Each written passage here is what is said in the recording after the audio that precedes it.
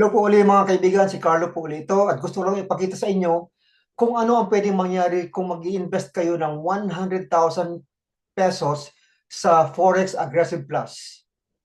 Share ko po ang screen ko, sandali. Ito tayo, okay.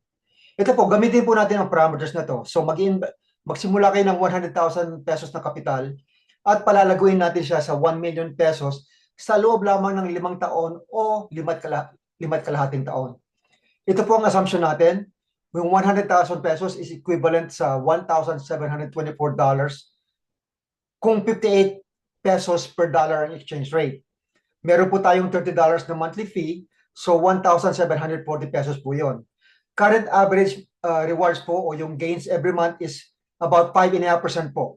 Ang strategy po, pwede tayo mag-compound every week, pero gagamitin po natin ang napaka-conservative na illustration, 1% per week lang po or mga 4.1, 4.2% per month lang yan. So, simulan na po natin.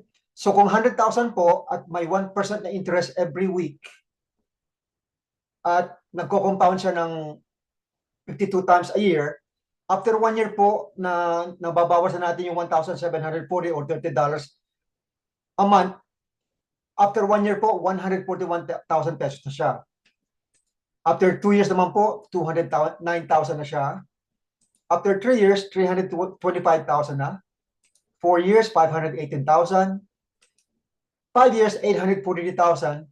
At para maging 1 million siya, aabutin ng 5 years and 5 months.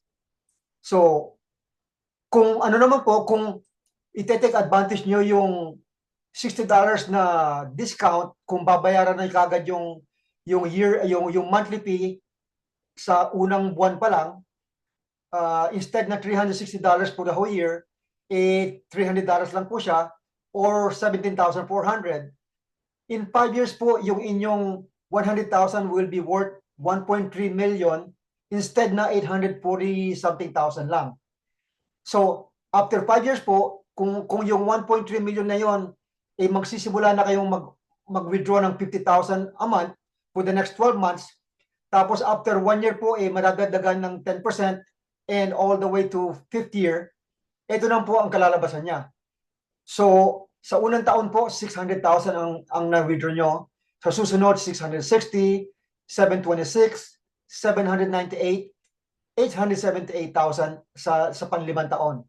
So, pwede nyo pong dagdagan yan every year o pwedeng kontento na kayo dyan at palalakihin nyo na lang yung inyong kapital. So, nasa inyo na po yon. Pero gusto ko lang po yan, ipakita sa inyo kung ano yung pwede natin gawin sa napaka-legit na opportunity na Forex Aggressive Plus. Salamat po.